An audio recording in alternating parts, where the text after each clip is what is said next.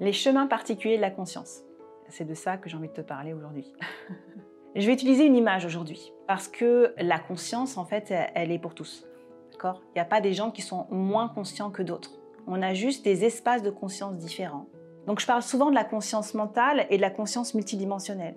La conscience mentale peut tout à fait nous amener à comprendre la vie et à intégrer une forme de sagesse de la vie. D'accord ? Il y a des personnes ici qui sont sur Terre et qui vont vivre une expérience très pragmatique, très tournée vers l'expérience, et ils vont être dans ce microcosme.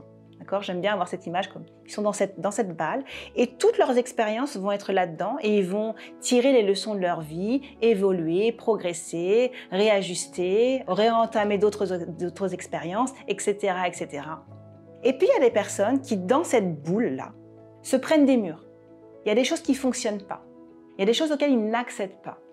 Alors ils se posent des questions. Alors ils se sentent en dehors du monde. Ou bien ils se sentent en hypersensibilité, là où les autres trouvent ça tout à fait normal. Ces personnes-là sont comme vouées à marcher des chemins un petit peu différents. Je vais séparer, entre guillemets, les chemins du microcosme et les chemins, on va dire, je vais l'appeler du macrocosme.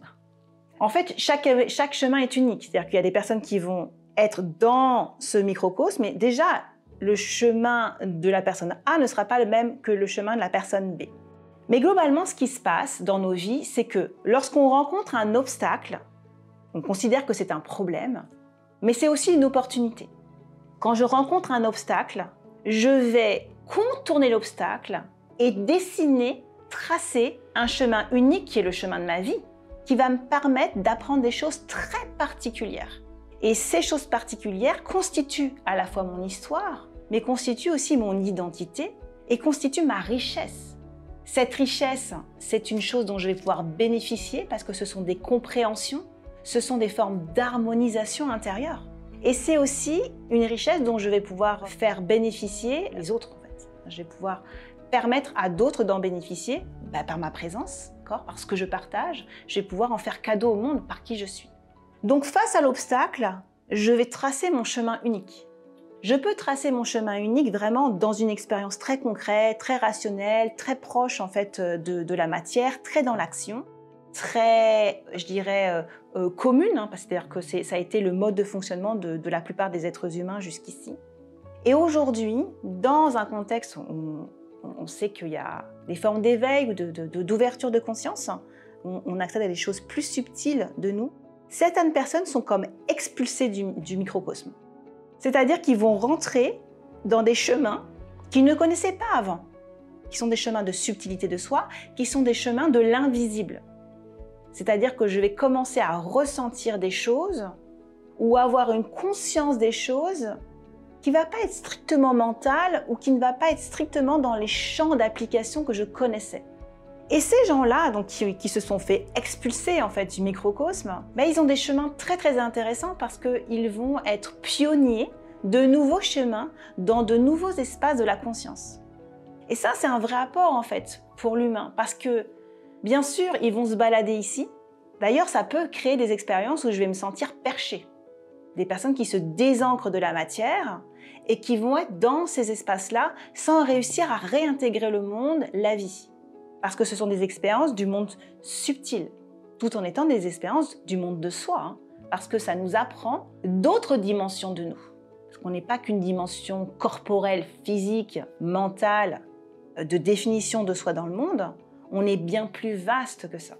Et le changement d'état de conscience, des états de conscience modifiés par exemple, nous permettent d'accéder à des formes de notre inconscient ou des formes de dialogue avec toute forme d'énergie, des formes de compréhension ou d'accès à la connaissance universelle qui sont bluffantes.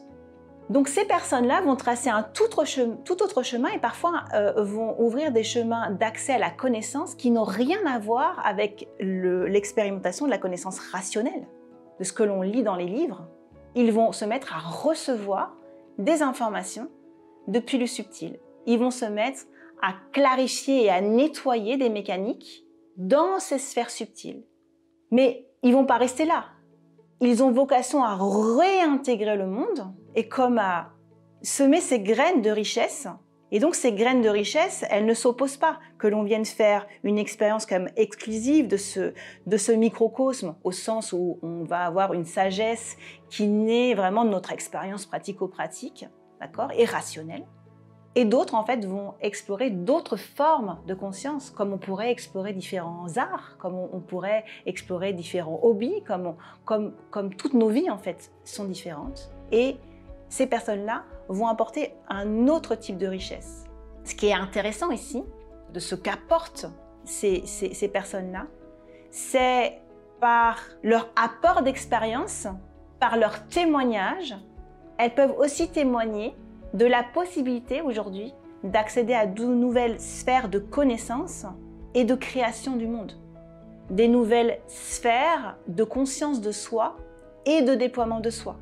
Des nouvelles sphères de s'aligner en soi et de servir à la fois sa propre personne, son propre être, et servir le collectif dans une toute autre dimension.